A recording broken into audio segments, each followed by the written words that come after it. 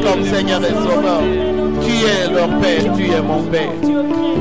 Toi qui détiens les fondations de la terre.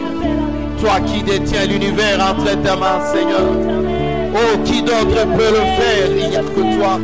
Toi qui remplis les cieux, toi qui remplis la terre, toi qui remplis l'univers. Oh Dieu, tu as dit rien ne peut te contenir parce que tu es Dieu. Dans ta grandeur, personne et rien ne te contiendra, oh Dieu. Agrée l'adoration de ton église ce matin. Agrée l'adoration de tes enfants ce matin. Agrée l'adoration de ton peuple ce matin. Au devant de ton saint trône, Seigneur, je m'approche. Au devant de ta sainteté, je m'avance, Seigneur.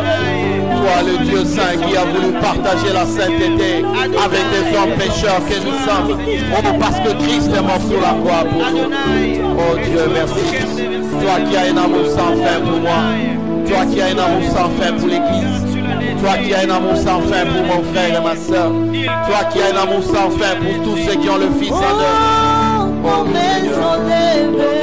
Sont levés, nous voulons t'élever, t'adorer, Jésus, et te célébrer, Adonai. Oh, tu es le Père. Tu es le Père de tous ceux qui ont le Fils en eux. Tu es Dieu. Tu remplis les cieux, Adonai. Reçois l'adoration. Reçois l'adoration. Tu es le roi de gloire. Notre victoire. Digne du Seigneur.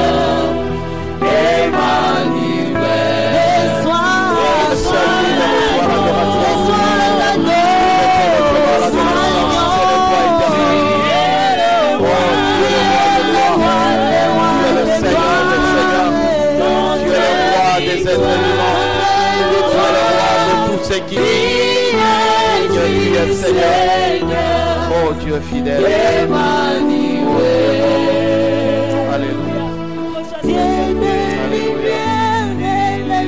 oh accepte l'adoration de ton église. Nous n'avons que ce chant pour t'adorer ce matin. Au travers de ce chant, nous élevons nos cœurs devant ton saint trône, Seigneur. Accepte, oh Dieu. Nous associons à tous ceux qui t'adorent ce matin. Pourquoi quitter ce palais de bonheur pour un sentier de misère? Non, Seigneur. Non, je veux demeurer dans ce palais de bonheur. Je veux demeurer dans ce palais de bonheur.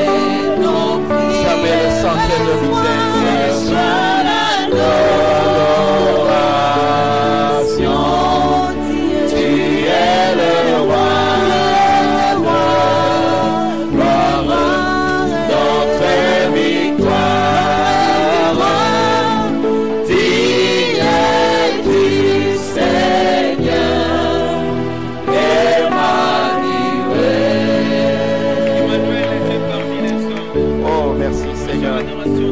Merci notre Dieu.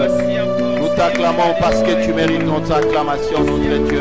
Tu nous as créé, toi le Dieu bon et merveilleux. Toi qui prends soin de nos vies. À qui d'autre, Seigneur, irais-je? À qui d'autre irais-je? À qui d'autre irais-je? Si c'est auprès de toi qui a la vie. Si c'est auprès de toi qui procure la vie. Si c'est auprès de toi qui est la résurrection. Oh Jésus, merci Jésus. Merci Jésus. Alléluia. Oh Jésus. Oh Seigneur. Accepte-nous Seigneur. Alléluia. Alléluia. Oh Jésus. Qui suis-je moi pour t'adorer Seigneur? Oh Alléluia.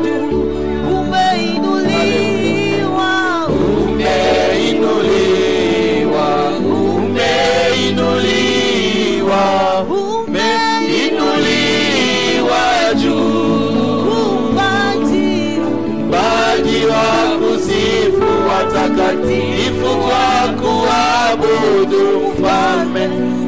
umeinuliwa juu. Baba umeinuliwa juu.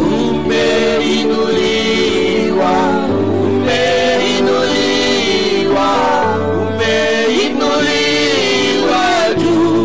Uumbaji kwa kusifu, watakatifu twakuabudu Mfalme, umeinuliwa juu.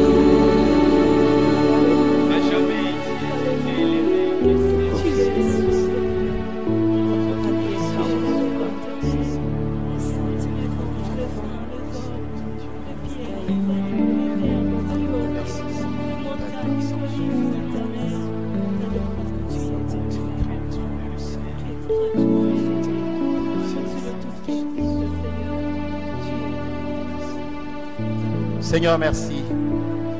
Merci d'accepter notre adoration. Nous le faisons à la manière des hommes. Nous le faisons avec les mots que tu nous as donnés dans notre langage. Nous n'avons pas d'autres mots, Seigneur. Nous ne connaissons pas les langages par lesquels les anges t'adorent. Nous ne connaissons pas le langage par lequel les quatre vieillards, les quatre êtres vivants et les quatre vieillards t'adorent. Mais nous reconnaissons ce que ta parole nous dit. Saint, Saint, Saint est l'Éternel des armées. Tu es Seigneur. Merci d'accepter nos cœurs. Notre être est tout entier devant toi. Merci d'agréer notre adoration, nos louanges. Parce que ta parole nous rassure que tant que j'aurai le souffle de vie, je bénirai ton nom. Tant que je vivrai, je glorifierai ton nom.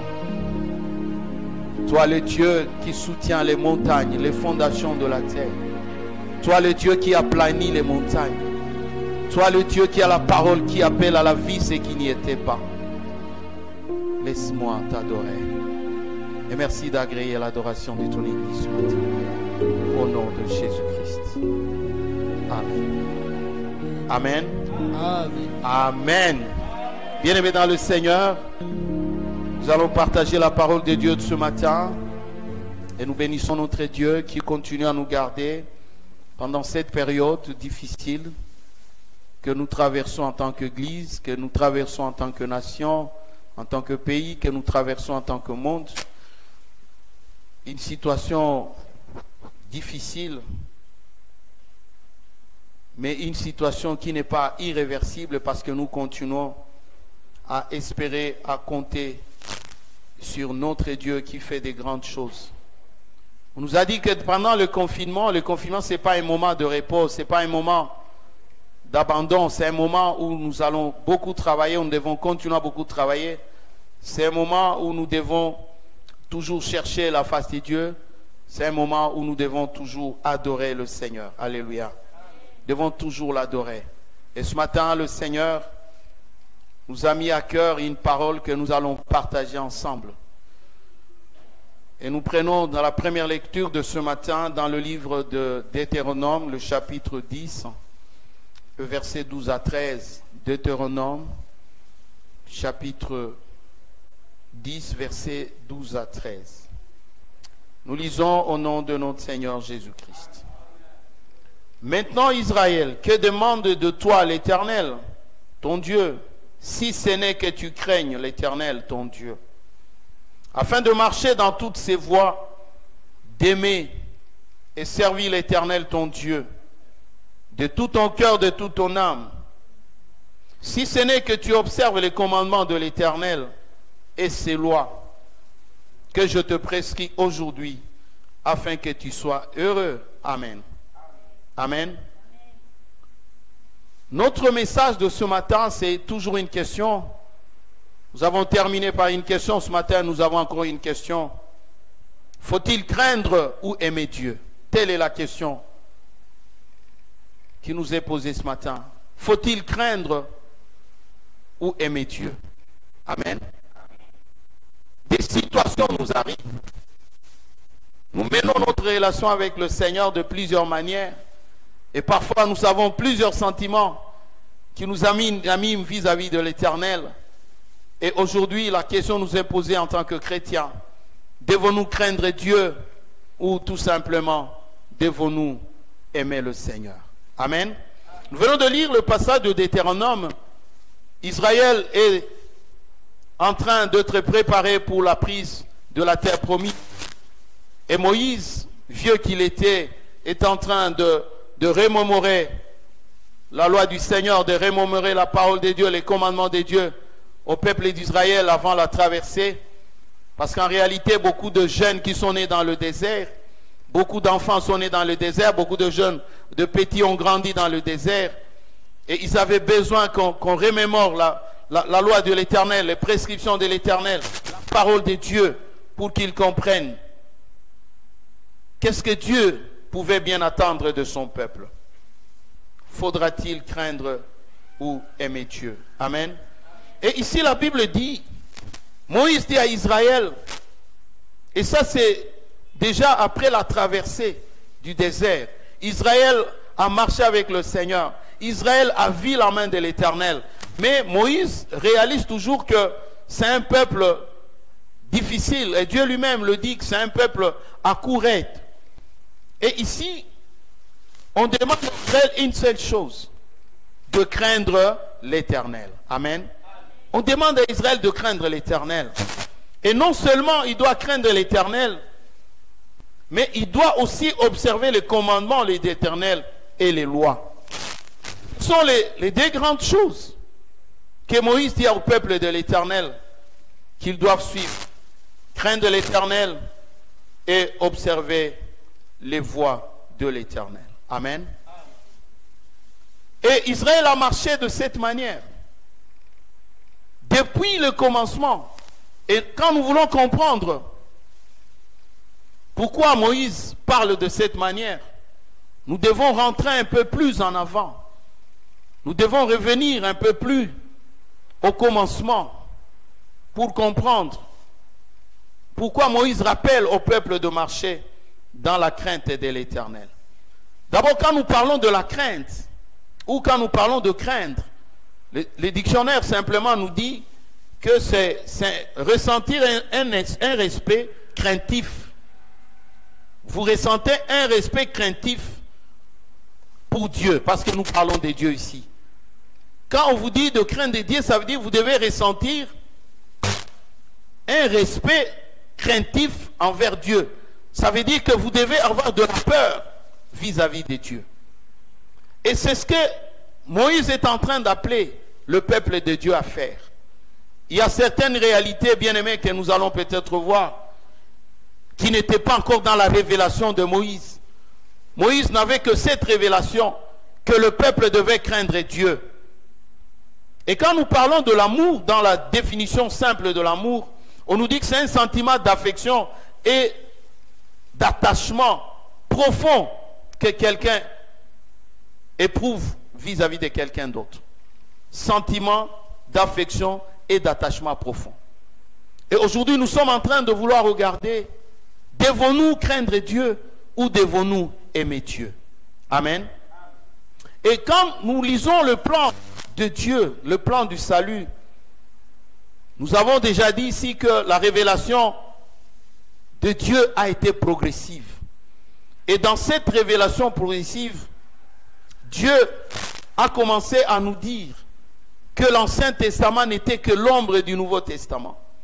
Que tout ce qu'on était en train de vivre dans l'Ancien Testament n'était que l'ombre du Nouveau. Et Jésus-Christ lui-même, il le confirme quand nous lisons Luc chapitre 24, verset 44. Luc 24, 44. Puis il leur dit, c'est Jésus qui parle. C'est là ce que je vous disais, lorsque j'étais encore avec vous, qu'il fallait que s'accomplisse tout ce qui est écrit de moi, dans la loi de Moïse, dans les prophètes et dans les psaumes. Gloire au Seigneur. Nous avons dit que l'évangile, c'est le message du salut de l'humanité. Et nous avons dit que nous ne pouvons pas séparer le Nouveau Testament de l'Ancien Testament. Ici, Jésus lui-même, il est en train de confirmer que la loi de Moïse, les prophètes, les psaumes sont en train de parler de lui. Pour confirmer que la Bible, c'est un tout. Et le tout pour le salut de l'humanité. Donc dans cette révélation, nous voyons que Dieu était en train de s'approcher des hommes au fil du temps. Dieu amène la révélation jusqu'à l'achèvement en Jésus-Christ. Mais il est parfois triste aujourd'hui, je dis bien parfois triste, de constater, bien-aimés dans le Seigneur, que nous qui sommes arrivés au sommet de la révélation, nous qui sommes arrivés au top de la révélation, nous continuons à nous comporter comme des gens qui sont encore de vivre dans l'ombre, comme des gens qui marchent dans l'ombre. Nous ne sommes plus dans l'ombre, nous sommes dans le véritable. Nous sommes dans l'accomplissement de la réalité. Jésus-Christ est venu afin de nous révéler le Père. Gloire au Seigneur. Gloire à Jésus. Amen. Jésus est venu. Alors, pour mieux comprendre la question, cette question, afin que nous puissions mieux y répondre, revenons au début quand Dieu prend l'alliance avec Israël pour comprendre pourquoi Moïse insiste sur la crainte de l'Éternel. Pourquoi Moïse veut que Israël craigne l'Éternel et observe les commandements de l'Éternel. Nous lisons dans Exode chapitre 19. Nous allons faire une longue lecture, mais pour que nous comprenions effectivement comment Israël a marché avec le Seigneur. Comment Israël a marché avec Dieu. Pour que les chrétiens que nous sommes aujourd'hui, nous comprenions la grandeur de l'amour dont nous allons chanter ce matin. Cet amour sans fin. Nous ne pouvons pas mieux comprendre l'amour de Dieu pour nous aujourd'hui, dans notre dispensation, si nous ne revenons pas à regarder comment Dieu a marché avec Israël, comment Dieu a fait l'alliance avec Israël, et quels étaient les termes de cette alliance, pour que nous comprenions que notre alliance en Jésus-Christ est une alliance meilleure, est une alliance de faveur, je dirais même, par rapport à l'alliance d'Israël. Nous allons lire Exode chapitre 19, vous lirez tout le chapitre 19. Moi, je vais prendre quelques portions du chapitre 19. Je ne vais pas tout lire, mais ça va quand même être une longue lecture. Le troisième mois après leur sortie du pays d'Égypte, les enfants d'Israël arrivèrent ce jour-là au désert de Sinaï. Étant partis de Rephidim, ils arrivèrent au désert de Sinaï et ils campèrent dans le désert. Israël campa là, vis-à-vis de la montagne. Moïse monta vers Dieu et l'Éternel appela du haut de la montagne en disant, suivez ce que Dieu dit à Moïse. Tu parleras ainsi à la maison de Jacob et tu diras aux enfants d'Israël, vous avez vu ce que j'ai fait de l'Égypte et comment je vous ai porté sur des ailes d'aigle et amené vers moi. Maintenant, si vous écoutez ma voix et si vous gardez mon alliance, vous m'appartiendrez entre tous les peuples, car toute la terre est à moi. Vous serez pour moi un royaume de sacrificateurs et une nation sainte. Voilà les paroles que tu diras aux enfants d'Israël. Nous allons verset 10. Et l'Éternel dit à Moïse, va vers le peuple et sanctifie-les aujourd'hui et demain, qu'ils lavent leurs vêtements, qu'ils soient prêts pour le troisième jour, car le troisième jour de l'Éternel descendra aux yeux de tout le peuple sur la montagne de Sinaï. Tu fixeras au peuple les limites de tout alentour et tu diras, gardez-vous de monter sur la montagne ou d'en toucher les bords. Quiconque touchera la montagne sera puni des morts. Amen. Je m'arrête un peu là. Dieu est en train de parler avec son peuple.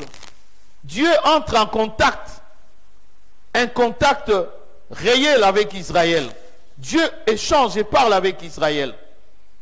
Et ici, bien aimé dans le Seigneur, la chose que je retiens, c'est que Dieu apparaît devant Israël et il dit, faites attention avec moi en fait.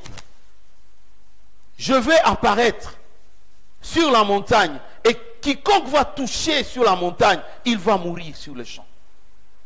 Déjà, quand Dieu se présente devant Israël, c'est un Dieu qui fait peur.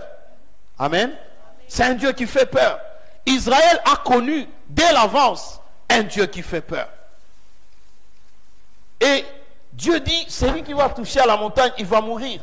Et puis il ajoute, on ne mettra pas la main sur lui, mais on le lapidera. Ou on le percera des flèches, animal ou homme, il ne vivra pas.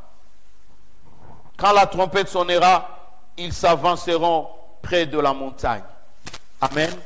Nous voyons déjà au départ dans quelles circonstances Israël est en train d'entrer en alliance avec Dieu.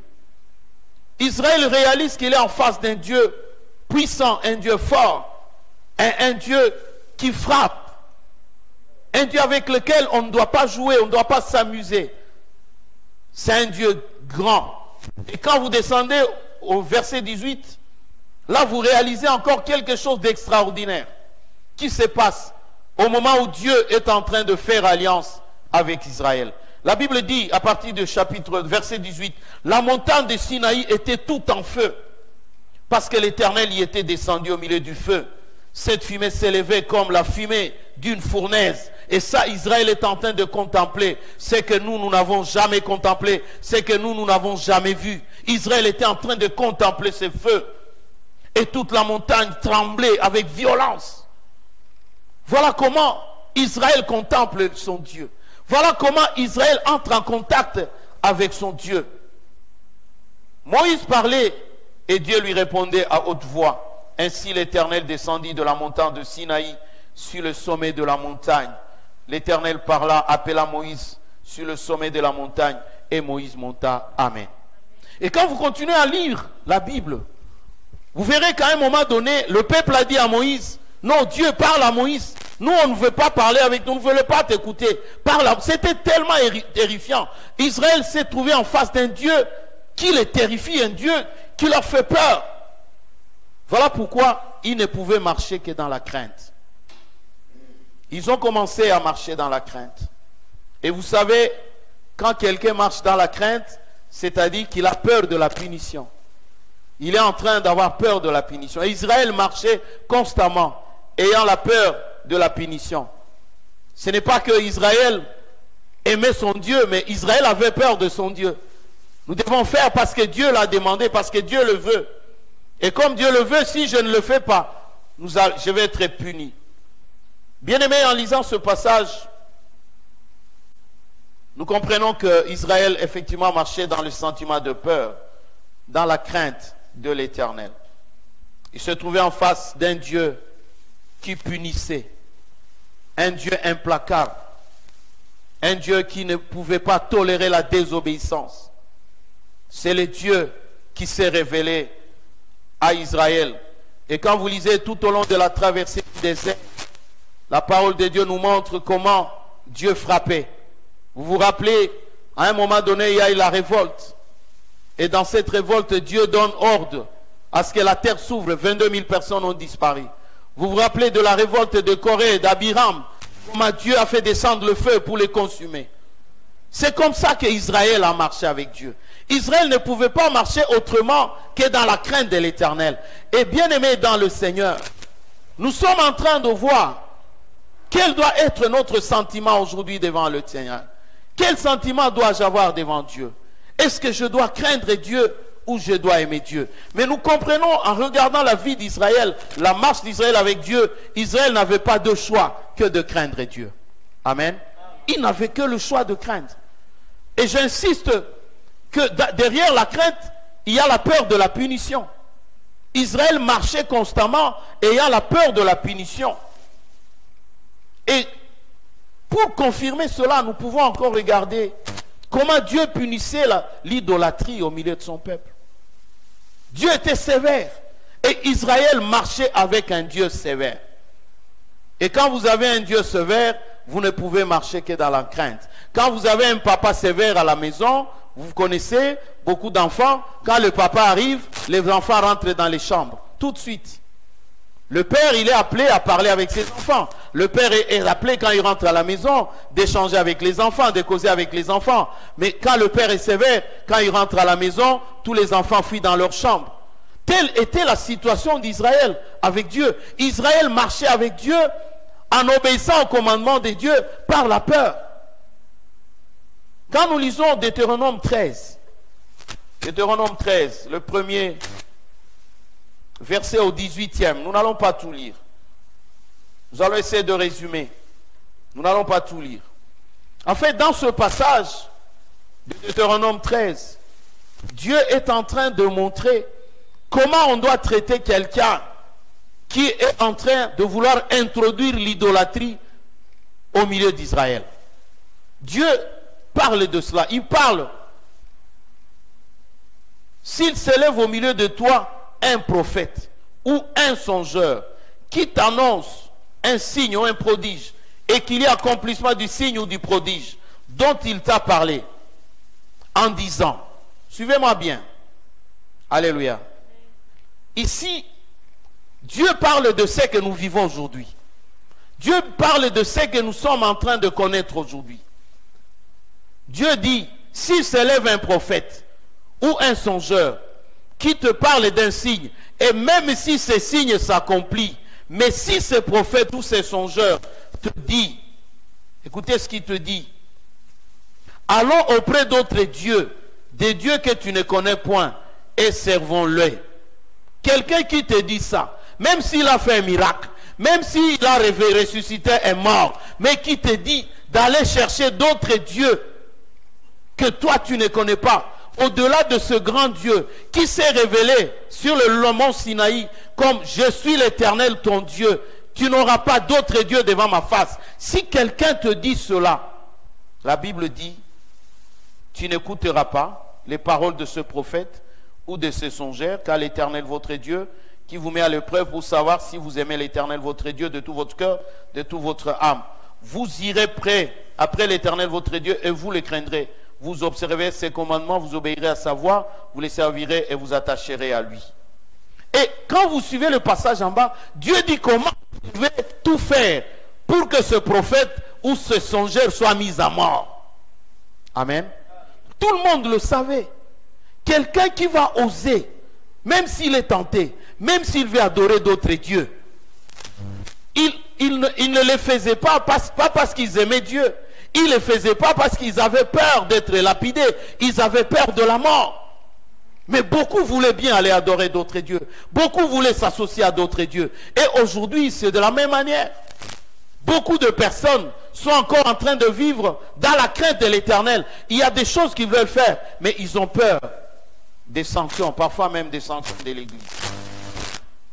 Et la Bible dit, en cette matière, même si c'est ton frère, fils de ta mère, ou de ton fils, ou de ta fille, ou la femme, Dieu dit, toutes ces personnes-là, vous ne devez pas les écouter.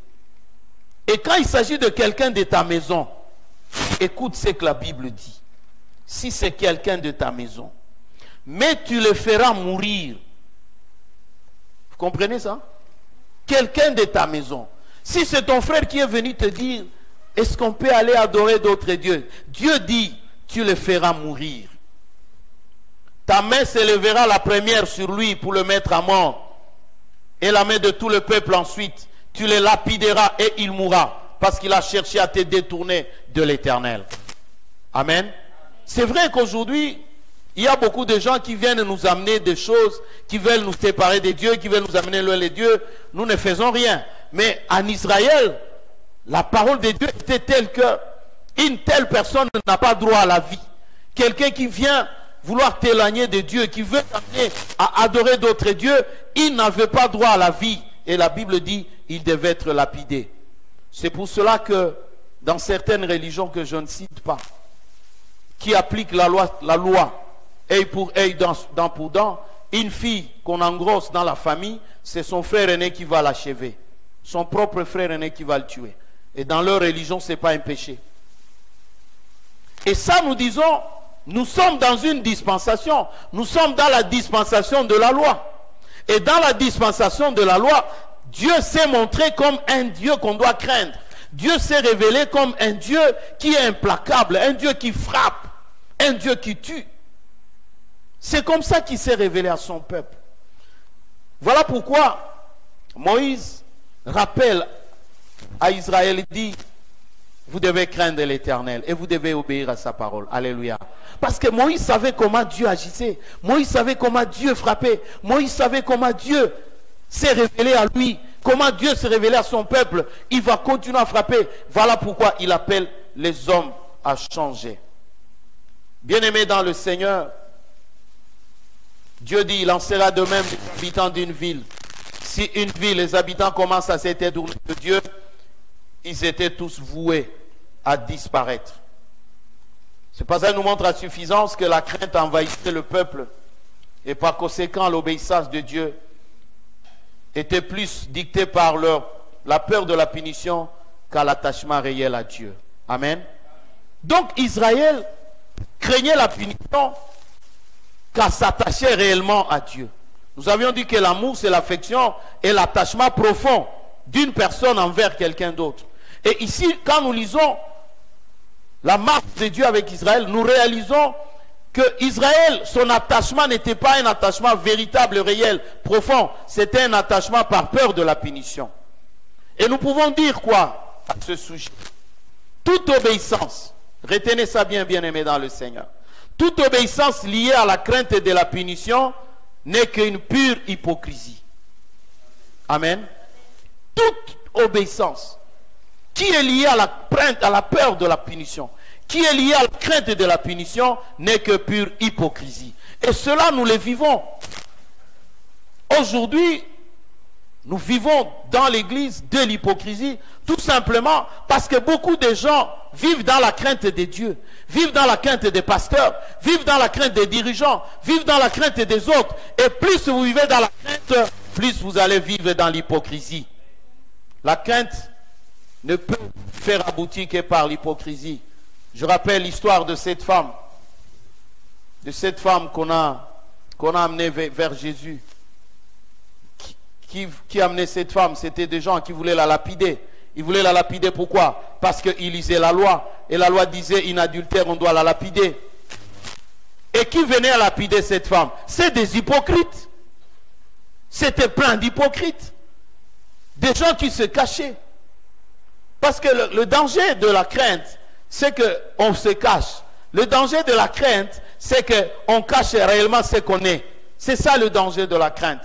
Et ici, on nous dit, on a amené cette femme. Et quand Jésus a parlé, tous ces hypocrites se sont retrouvés. Et ils ont disparu. Gloire au Seigneur. Israël a marché dans la crainte de Dieu. Mais en réalité, Israël n'était qu'une race d'hypocrites. Et quand vous regardez ce que Jésus dit, quand vous lisez Matthieu, au chapitre 23 de Matthieu, le verset 13 au verset 28, vous allez voir le réquisitoire très dur que Jésus fait des scribes et des pharisiens. Et il est en train de leur traiter d'hypocrites. Quand vous lisez tous les passages, chaque parole, Jésus parle, il dit hypocrite, scribes et pharisiens, vous les hypocrites.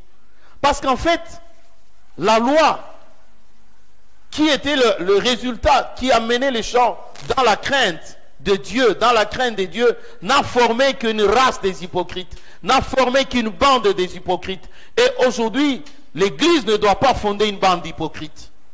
L'Église doit former une nouvelle race qui entre dans une nouvelle génération, dans une nouvelle alliance, l'alliance en Jésus-Christ. Alléluia. Nous comprenons aisément, bien-aimés, que vivre dans la crainte de Dieu, se vivre dans la loi, vivre dans la crainte de Dieu, se revenir du temps de Moïse. Mais nous sommes dans la dispensation du Saint-Esprit.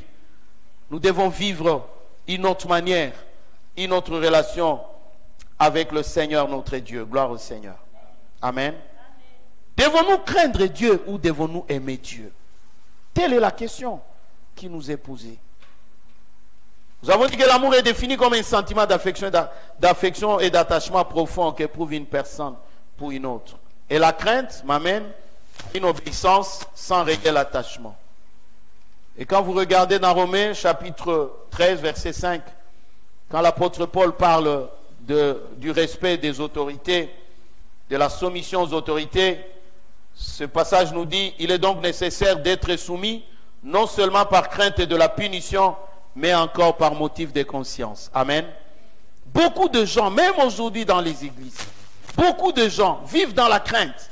C'est pour cela que quand quelqu'un voyage, il est loin des responsables de l'église, il est loin des frères en Christ, il fait n'importe quoi, il vit comme un païen. Pourquoi? Parce que c'est quelqu'un qui vit dans la crainte.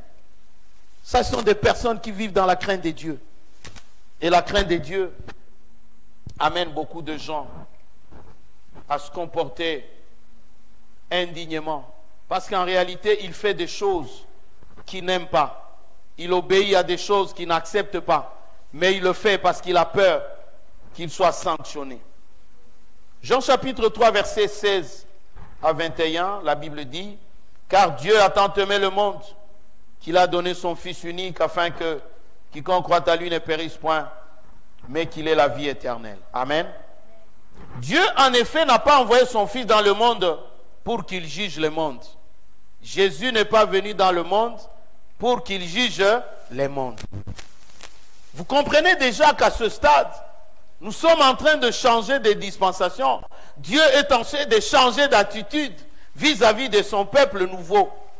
Et ce peuple nouveau, c'est vous, c'est moi. Ce peuple nouveau, c'est l'Église. Dieu, dans une nouvelle alliance, il est en train de nous introduire dans une façon de nous approcher de lui. Gloire au Seigneur. Il disait à Israël que personne ne touche la montagne, que personne ne touche la montagne. Mais dans notre dispensation aujourd'hui, nous l'appelons Abba Père.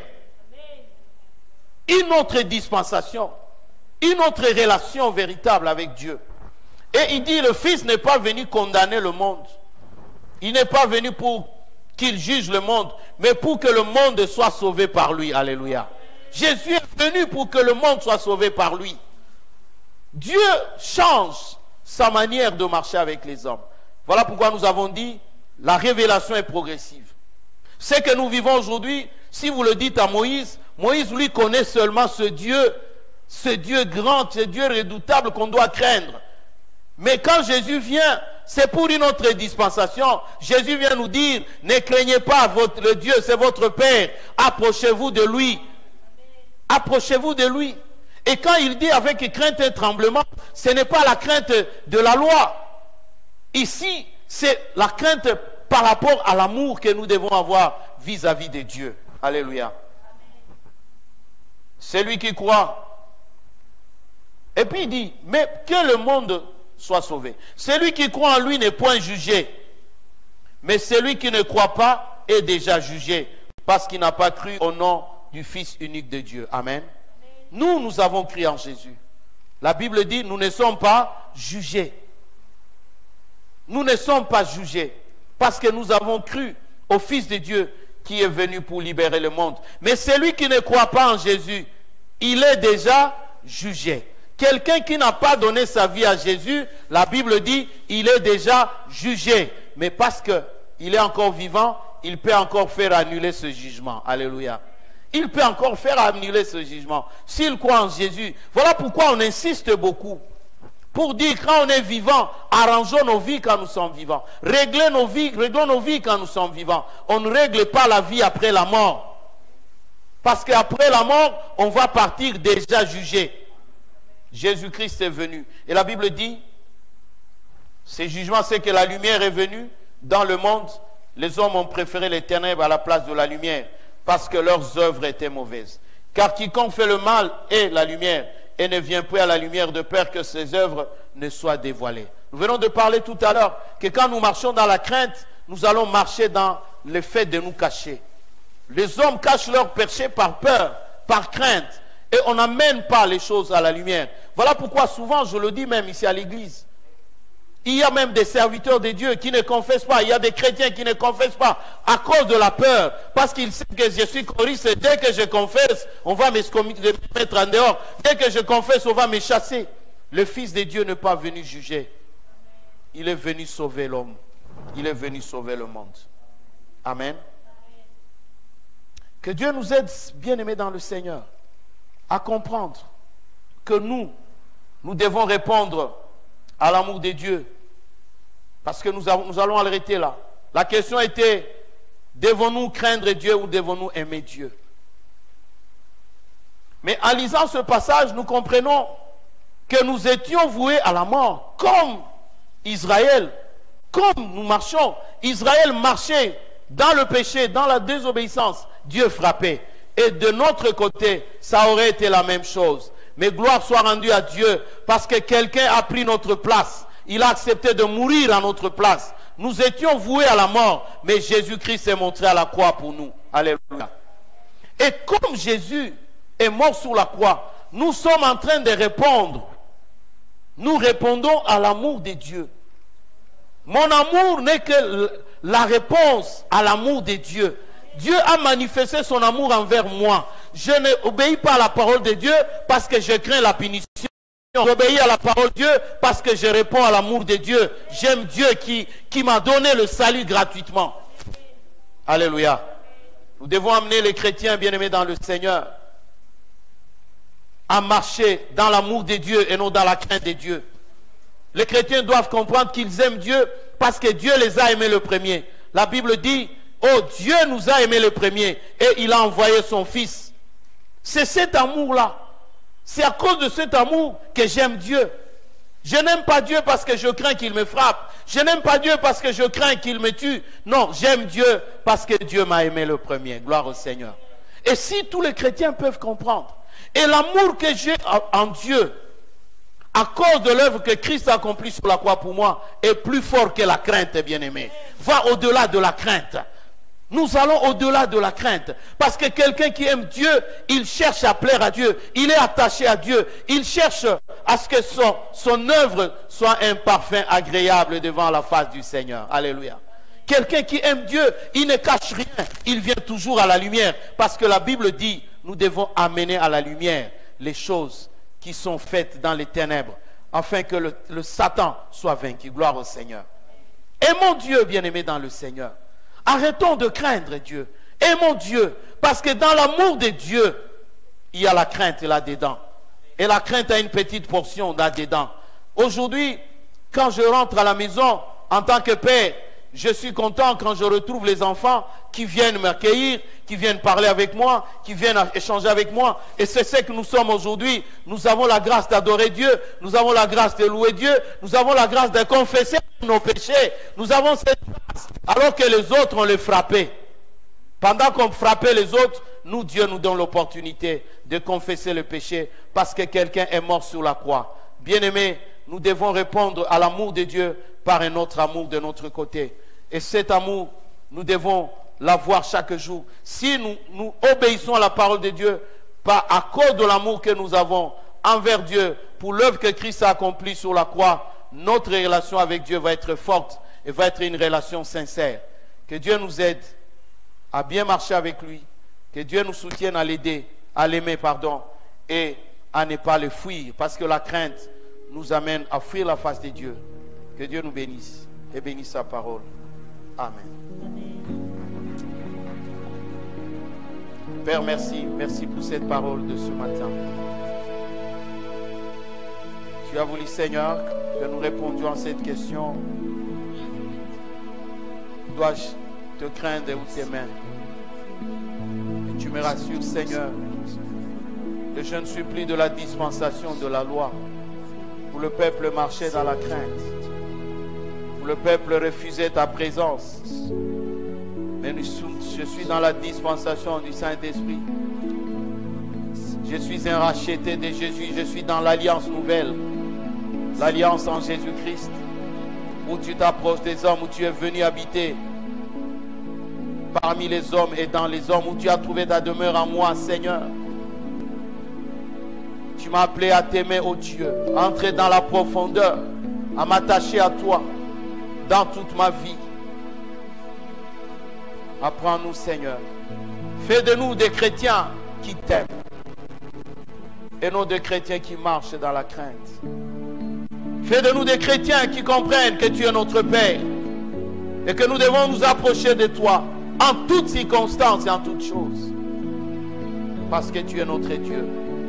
Même pour le péché, tu nous donnes l'opportunité de confesser. Seigneur, je dis merci. Au nom de Jésus-Christ.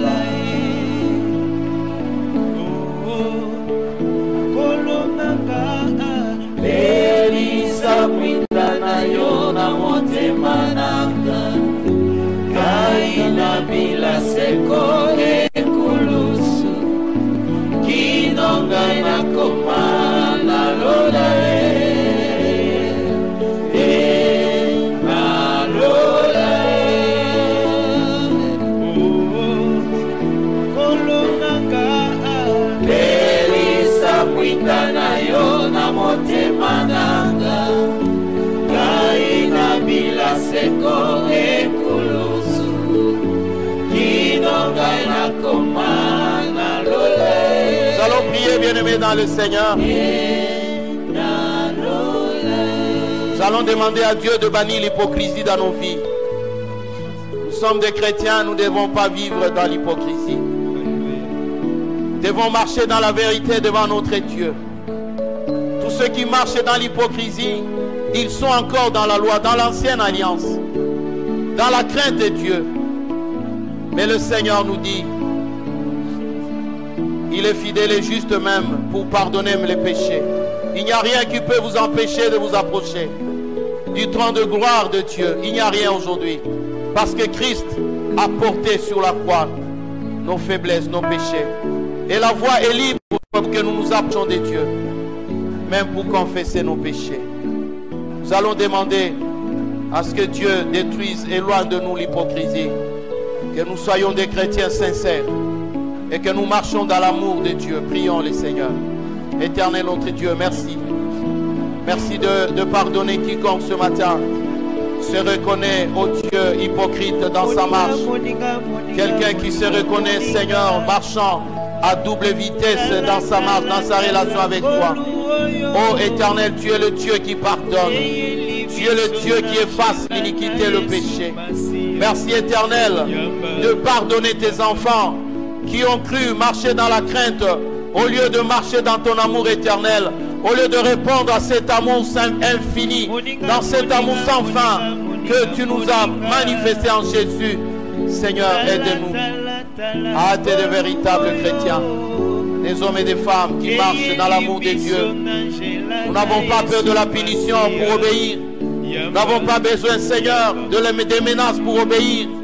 Mais nous avons seulement cet amour infini que tu as manifesté envers nous en Jésus. Laisse que chacun de nous comprenne la profondeur de cet amour pour lui, la largeur, la hauteur, la longueur de cet amour, Seigneur, afin qu'il puisse répondre de sa part à cet amour notre Dieu. Merci Seigneur. Merci notre Dieu. Merci Seigneur. Merci notre Dieu. Merci pour ta grâce. Tu es Seigneur, tu es notre Dieu. Merci pour ton amour infini. Aide-moi Seigneur à t'aimer. Aide à l'église à t'aimer, à mon frère à t'aimer, à ma mère, à ma soeur. Apprends-nous à t'aimer Seigneur. Apprends-nous à répondre à ton amour. Apprends chacun de nous à réaliser ce que Christ a accompli sur la croix pour lui. Seigneur, je ne peux pas t'aimer sans comprendre la profondeur de l'œuvre et de la croix. Je ne peux pas comprendre que Jésus a pris ma place. Si je ne le comprends pas, je ne peux pas t'aimer. Oh Dieu, laisse que le Saint-Esprit fasse asseoir cela dans nos cœurs, afin que mon amour soit grand pour toi. Seigneur, merci. Merci pour cette parole de ce matin. Merci de nous avoir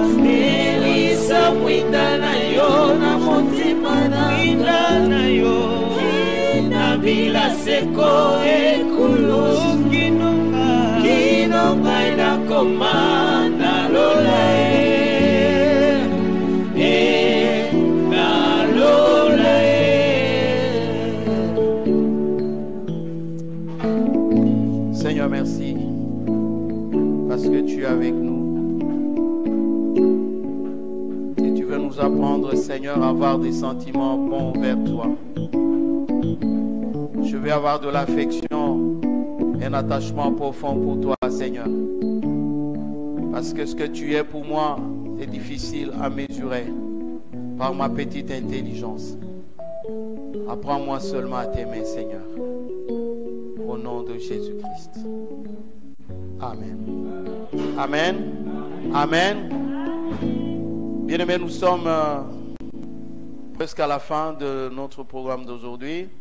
Nous bénissons le Seigneur qui nous a encore donné cette opportunité d'être ensemble, de pouvoir partager sa parole, de pouvoir le louer, l'adorer. Le Seigneur te demande de l'aimer, simplement de l'aimer. Amen. Nous allons donner nos annonces pour aujourd'hui. Ce sont les mêmes annonces, nous les répétons. chaque jour de 5h30 à 6h30 et dans d'autres familles de 6h à 6h30. Nous avons prière matinale dans nos familles et chaque soir nous avons 1 heure de culte en famille entre 18h30 et 20h30. Vous prenez 1 heure, vous organisez au minimum 1 heure, vous organisez un culte familial. Et comme nous avons dit, faites participer tout le monde, les tout petits aussi. Pendant cette période, il faut que les tout petits bénéficient aussi de ces cultes en famille. Tout le mardi, jeudi, à 17h, nous sommes en direct dans vos familles. Nous sommes ensemble avec vous. Et le dimanche, à 9h, nous avons nos cultes dominicales en famille. À 9h et à 11h15, nous sommes en direct avec vous comme aujourd'hui. Et nous continuons à implorer la main de Dieu sur vous tous, sur tous nos membres. Et nous continuons à prier aussi pour beaucoup d'autres frères qui avaient cru en Jésus juste quelques jours avant le confinement. Et le confinement est arrivé, nous ne savons pas comment ils mènent leur vie aujourd'hui. Mais prions pour eux que Dieu les soutienne.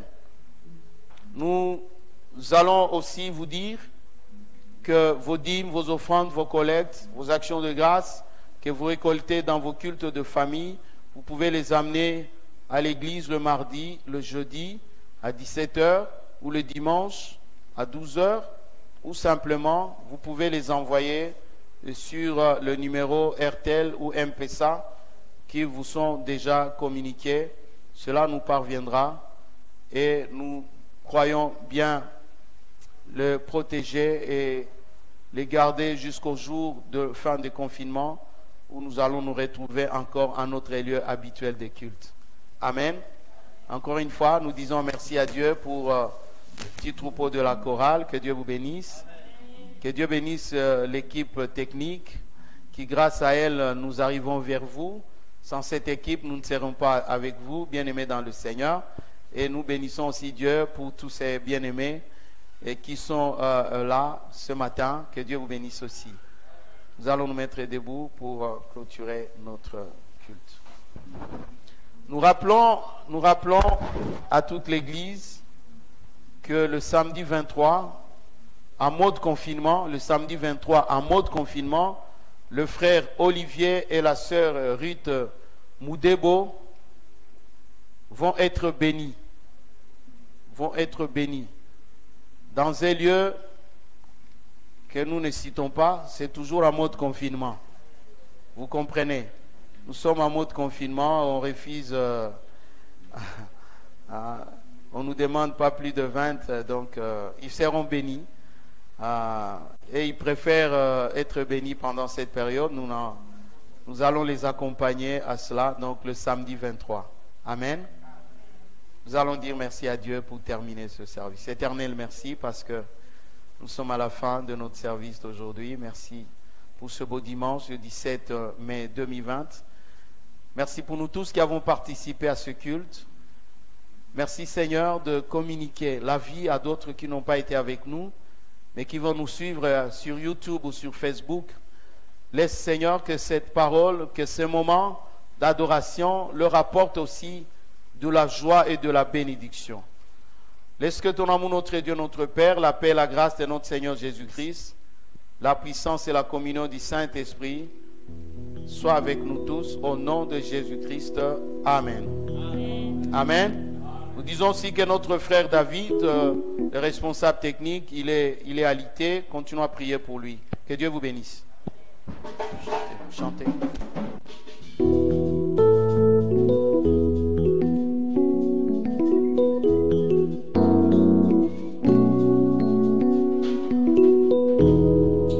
Hey Yahweh, hey Yahweh, hey Yahweh, Yolisi Banaka.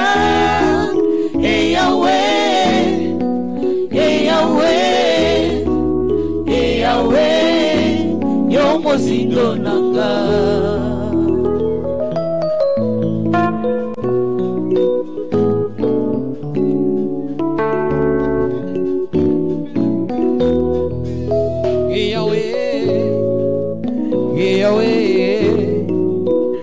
Yahweh, Yolisi bananga Hey Yahweh Hey Yahweh Hey Yahweh Yo mozindo nanga Hey Yahweh Hey Yahweh Hey Yahweh Hey Yahweh Hey Yahweh Hey Yahweh Yo liziba nanga Hey Yahweh Hey Yahweh Hey Yahweh Hey Yahweh Yo mozindo nanga Yololendo nanga Yololendo nanga Yololendo nanga Yololendo nanga Hey Yahweh Hey Yahweh Hey Yahweh Hey Yahweh Hey Yahweh Yo mozindo nanga Yonde kimya nanga Yonde kimya nanga Yonde kimya nanga